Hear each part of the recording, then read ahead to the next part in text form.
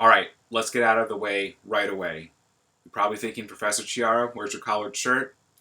Well, I broke out the jersey because today is opening NFL week. So I am a Rams fan. Let's just get that on the table right away. You're only going to see me pull this jersey out another time in the season, and that's when the Rams win the division. But I had to represent the team to start the week. And we're going to have a little fun, too, with this. This is not a grade. It's not required. It's only if you want to participate. But over here, if you go into discussions, I'm giving us a chance to make our bold predictions. So if you do follow the NFL, here's your chance here, NFL predictions. Go ahead and make your bold prediction for the season. You already see I started mine off right here. Rams are going to win the conference, which means they'll be playing in the Super Bowl. And both the Giants and the Pats go either 8-8 or 9-7. So upgrade for the Giants, downgrade for the Pats. Those are my bold predictions. Go ahead, add yours, reply. The only thing I'm going to ask is this is fun. This is, just casual. This is not a place to get into heated debates, not a place to get into personal debates. I just thought we'd have a little fun to start off the NFL season. So go ahead and make your bold prediction, and we'll see how many of them actually pan out throughout the season. All right, let's get to the work now, though. We're already in week 3, and one thing that you're going to have to start early this week is reading chapters 4 and 5. They're about sources and interviewing, and I'm going to talk about those in just a little bit. But read chapters 4 and 5, and just like when you had the other 2 chapters that you had to read, you'll have a quiz that you'll have to take on by Sunday, right before Monday. You'll have a quiz on these 2 chapters. Same format. You're going to have 10 questions worth 5 points each. They're going to be a mix of multiple choice, short answer, those types of questions. So hopefully you guys are starting to get the flow of that. There will also be a new exercise, and you did very well in the last exercise for those of you that have graded so far. I'll talk about the feedback with that. But yeah, we have a new exercise and a quiz. So that's the concrete work that you actually got to get submitted before the end of the week. You also, like I've been saying, read news every day. And this is a good opportunity now, in all seriousness, even though I was making jokes about NFL and sports, but in all seriousness, news and journalism is done every day in sports too. So while I do want you reading local news, hard news stories, right? Also take a look at journalistic work that's being done in sports, right? When they report on a game, when it's reporting on a player, on an injury, something that happened in the game. We have baseball, football, right? We have a lot of different sports going on right now. Go ahead and read a little bit about that too, if that's what interests you, because you'll see a lot of the principles that are done in a hard news story or a feature news story are done in the same thing in the sports world, in sports journalism. It's the same foundation. So that's a good way to make some connections too. So when I say read news every day, yeah, I want you reading local news. I want you reading national news. I want you reading some hard stories, some of the international news. Read some of those more serious type pieces, but go ahead and read journalistic stories in sports media too, because you're going to learn a lot from that as well. And then the last thing is review the feedback that I gave you from your prior exercise. I'm going to give a little verbal feedback right now as a whole to the class. But I gave some specific comments in your actual assignment too. So make sure to go back and take a look at the specific comments that I gave you. All right, so actually let's start with that right now, with reviewing that exercise. Really good job. I mean, the whole point of that was, I know this is very new to most of you, but just like you read in the chapter, just want you to start getting used to organizing information. One thing about journalistic writing is that it's organized. It has a structure to it. And it's prioritized, like you learned it from that week in the chapter. You want to get the most important key information near the top. And you start off with a broad lead, which I'll talk about because I think that's where most students struggle. A broad lead, then a nut graph, and then your information becomes less and less important as it goes down. Just so you have a background with this, the whole idea is most people, if they're going to start reading a news story, they'll read the first, second, third paragraph, but then things happen. Maybe they get bored with the story, maybe they want to move on, maybe they just don't have time, they're trying to get through a bunch of stories. So the whole idea is you want to get the most important key information near the top of the story. This way, they get it, even if they don't finish the story, they understand the core of what that piece was about. It goes back originally to print newspapers, right? The whole idea was you only had a certain amount of space on a physical newspaper.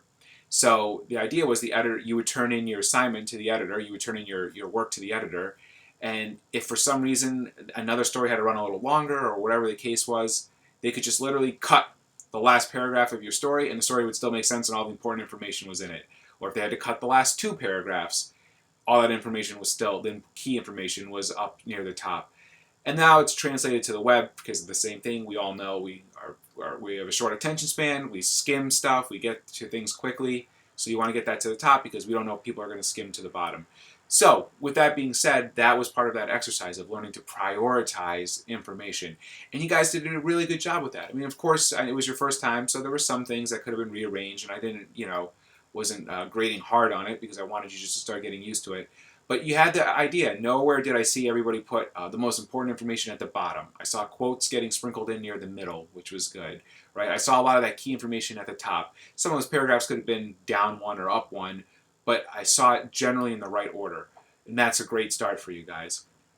My big general feedback, and of course I didn't grade everybody's, so you might still be looking for your grade because if you turn this in on Sunday, I wasn't able to grade it yet, but the general feedback for the ones that I have read so far is the lead, which is your first sentence, needs to be a little bit more broad, right? So what happened was it seemed like most people's first sentence or paragraph was a lot of times all the core information, and that's called the nut graph.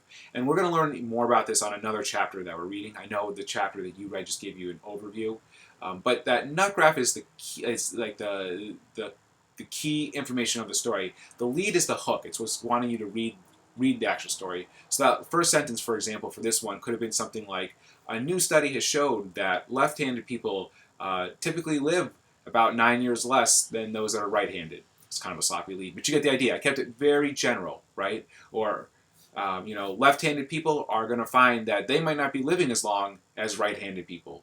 Gave a really general lead, and now you're going, well, why, right? You as the reader go, well, why wouldn't they live that longer? I want you to make the read the next paragraph. That next paragraph is the nut graph. We have all the key information, which a lot of you is what you started as the top. So you're going to learn more about that again as we read our chapter about leads. There's a whole chapter dedicated to leads because it's so important, and a little bit more of the story structure. But that's the only little thing that I saw that I noticed a lot of people had some issues with. But really nice job with that assignment for those of you that I was able to grade. You definitely have the idea down. So you'll have another exercise, and let's talk about what that's going to be. We have chapters 4 and 5. So chapters 4 and 5, 4 is going to be sources, and 5 is interviewing. So when we talk about sources, as you're going to read in the chapter, we have things called human sources, written sources, online sources. A source is what a reporter, the information that they're able to get to write their story. So if there is someone gets robbed, and you're doing a story on this robbery, a source would be maybe the police officer who's investigating. They're a human source. They're someone that knows about the case that you can talk to, ask questions, get quotes from. Maybe another human source is a person who was robbed, right? That's a person that you can talk to. What happened? What was your feelings about it? Any other kind of information that you could get from them, and again, of course, be quoted. Maybe a written source is, you find out some data from the office, from the, let's say I'm starting to trail off here. You get some data from, let's say it's a neighborhood. Maybe you find some statistics about what the crime rate is in that area, right? Some actual physical reports. That's a source. That's a written source. That's something that's information that's public there that you could say, look, this is a trend. There's been more robberies in this area. Maybe another written source is if they do have a suspect, and they have a record, you have a public record. You have a written source of, well, they have a history of robbing things. You get the idea here. Sources, though, are what help put your story together. You always want to try to get your story is more credible when you get a person to go on the record, so you get their name, who they are. You get the written source, where it came from. There's also things called anonymous sources. Anonymous sources aren't a bad thing to do. You don't want to never use an anonymous source. You can certainly use anonymous sources, and the book will explain to you what makes a quality not anonymous source and what doesn't. But the more anonymous sources you use, usually the less credible your story is, because it's always more credible when you have a person or a document that you can direct people to and say, yes, this is where I got my information from. There are cases where you need to use anonymous sources, or that it's okay. Again, the book will go over that. But those are the kinds of issues that we're exploring this week, right? How do we use sources? The other thing is interviewing. So interviewing is what you guys are going to have to go do for this class, right? You're going to go out, you're going to be doing stories, like we talked about, your own stories, which means you're going to have to interview somebody. You're going to have to get quotes from somebody. And while it seems easy for some people, like if you're a person that's sitting there saying, yeah, I love talking to people, this should be no problem for me, that is a good first step. If you're comfortable with people, it's going to be a little easier for you. But also, it can sometimes, I think, even be harder for people that are just more friendly, because you go in there and you just kind of wing it, right? And I was guilty of this too when I first started reporting, right? You go in there and you just start winging it. You say, I'm just going to talk to them. You don't have a set questions in advance, and you're not a good note taker, and you kind of trail off, and you don't stay on a consistent line of questioning, and you ask your questions in the wrong order, right? And then that throws off the interview, and you don't get as good of information. Then I know there's others of you out there that are probably terrified to go and talk to somebody, especially a stranger, and I can understand that too.